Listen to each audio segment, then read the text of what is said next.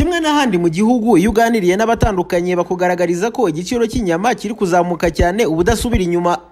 Uretse abahanga mu by'imirire iboneye na bamwe mu baturage baha bagaragaza ko kuba igiciro cyazo kidapfa kwigonderwa n'ubonetse wese, ubu bari gukoresha ibihumyo kandi bikungahaye kuri vitamine nk'iziba mu nyama. Intungamubiri z'ubwoko bwose yazisanga mu gihumyo, noneho igihe atabonye izo mboga, igihe atabonye izo nyama, akaba yakifashisha ibihumyo kugira ngo umuryango ukomeze ugire imirire myiza. Nubwo school feeding yari isanzwe ihari, ntabwo nakubwira ko twari dusanzwe wenda tugabura abana inyama bitewe n'igiciro cyazo ku isoko kuko birahenze cyane, ariko iyi gahunda aho yaziye tugiye kujya tugabura abana ibihumyo bijwe rore yo kuba umwana arya inyama. Abakora mu buhinzi bw'ibihumyo bagaragaza ko nubwo ibi bihingwa byifitemo vitamine ihagije kandi bikaba byanakora ubucuruzi, basanga abantu batabyitabira uko bikwiriye.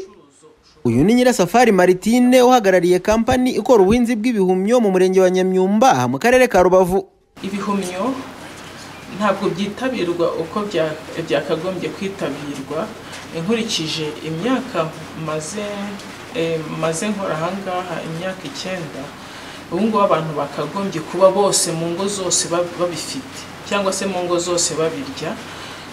Binyuze mu mahugurwa, imirima shuri ihinga ibihumyo icyiciro cya mbere kigizwe n'ibigo by'amashuri abanza 52 na koperative 6 zikora ubuhinzi bw'imboga, bahuguwe uko bakora ubuhinzi bw'ibihumyo kuva ku migina kugeza biteguwe nk'amafunguro ageze ku meza.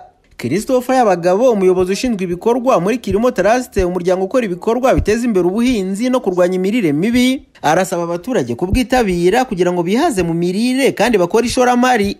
Icyo dusaba abaturage ni kimwe, nuko bakwitabira ubu buhinzi, nyuma y'iminsi 7 uzihaza mu mirire, ubone indyo yuzuye kandi ubashe no kubona amafaranga yagufasha mu gukemura ibibazo byawe bitandukanye mu rugo. Ni uburyo bwiza rero bw'ishoramari bushaka gutuma imibereho y'urugo itera imbere. Agronomu Uwitonze Agnes, impuguke mu buhinzi bw'ibihumyo, avuga ko batangiye urugendo rwo kwigisha bose akamaro k'ibihumyo. Muri community aho bagiye batuye hatandukanye, tugende turushaho kwigisha abaturage, tubereke ibihumyo murabizi bitegurwa gutya, babirya gutya. Akenshi wasangaga nk'umuturage ari kuvuga yuri ibihumyo, akenshi ari igihe wica amata, ibijyanye n'umuco, ibihumyo ntabwo byemewe, ugasanga benshi ntibari kubikoresha kubera ibyo bintu nyine bumvishije batanakoze kugira ngo babashe kumenya ngo wenda ukuri kwabyo nuko nguko. N'abaturage ikintu tugiye gukora no gufatanya n'abano barimo ndetse n'abayobozi babo, twari tugera ku bigo by'amashuri tukagera mu baturage. Ibihingwa by'ibihumyo bikungahaye kuri vitamine abahanga mu by'imirire iboneye bagaragaza ko harimo izasimbura inyama nka vitamine A, vitamine B na vitamine B12, bikaniyongeraho ko wabiriye bimurinda kwibagirwa, bikaniyongera kuri izo zifasha umubiri gukora neza, zirinda uburwayi ndetse n'izitera imbaraga. Emmanuel Bizimana, Isango Star, i Rubavu.